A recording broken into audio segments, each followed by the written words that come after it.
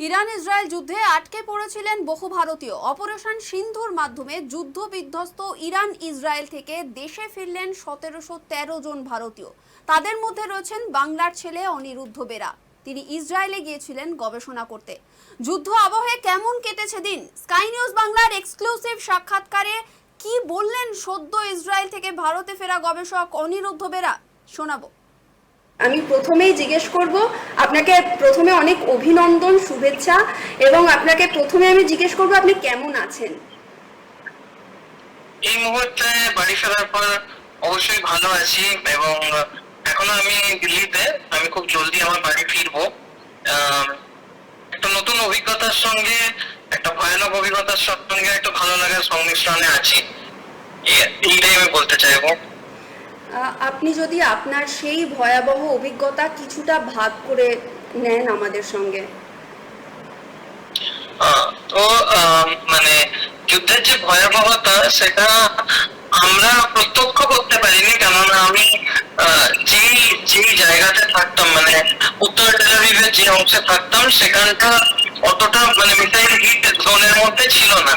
তো আমাদের একটা কিন্তু সেফটি প্রোটোকল মেনে চলতে হয়েছে।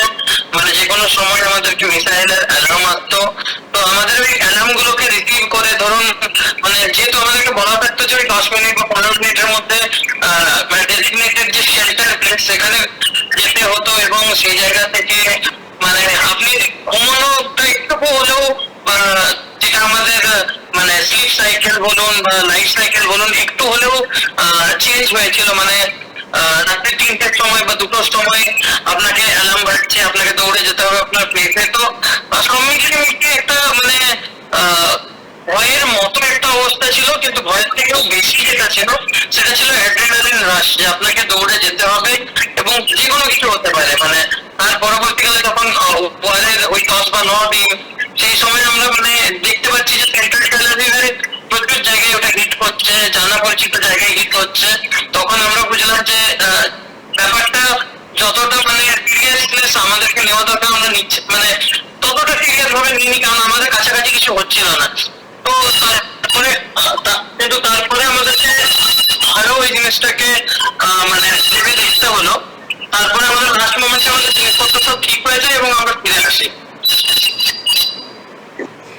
আপনি যে জায়গাটাতে ছিলেন, আমি শুনেছিলাম যে তার ঠিক পাশেই একটা মিসাইল হামলা হয়েছিল। আমরা শুনেছি যে আপনি যেখানে ছিলেন তার খুব কাছে মিসাইল হামলা হয়েছে, এবং আপনাদেরকে কি বাংকারে যেতে হয়েছে বা অন্য কোনো জায়গায় সরিয়ে নিয়ে যাওয়া হয়েছিল?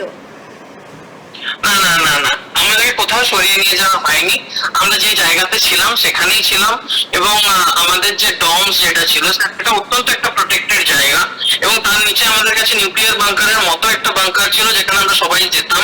এবং যেদিন ওই আমার সব থেকে কাছাকাছি যেটা ঘটনাটা ঘটে মিসাইল হিট হওয়ার, সেদিন আমরা সবাই ওখানে ছিলাম।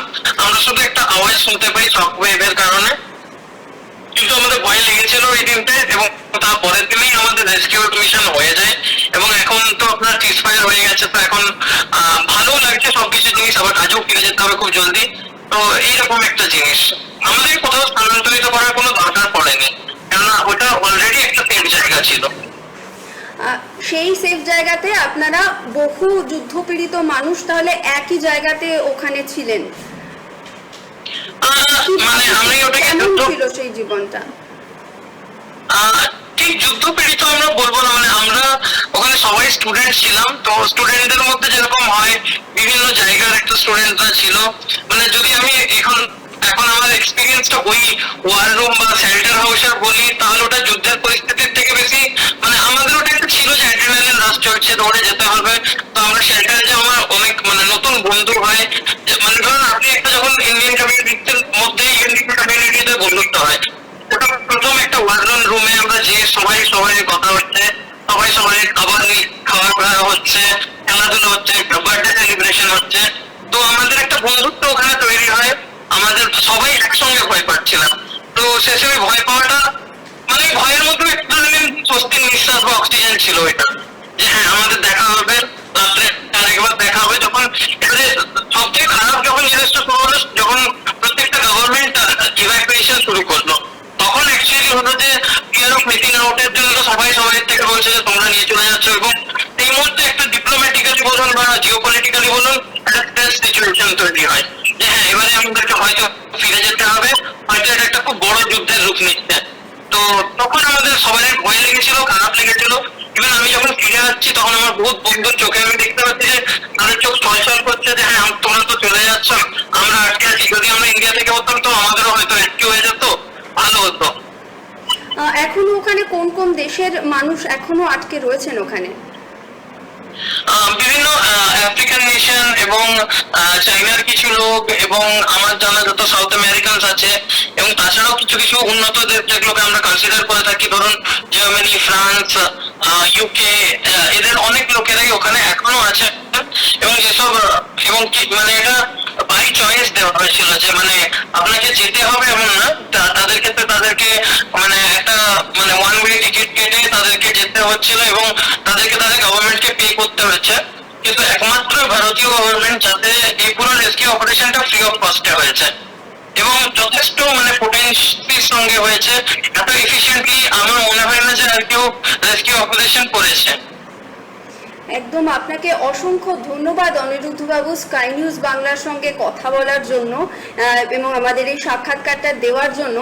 আমরা চাইবো আপনি দ্রুত ওই সময়টার যে স্মৃতি, সেই স্মৃতি কাটিয়ে উঠুন এবং দ্রুত যে শারীরিক মানসিক যে অবস্থা, যে সংকট, সেই তার থেকেও আপনি খুব দ্রুত বেরিয়ে আসুন।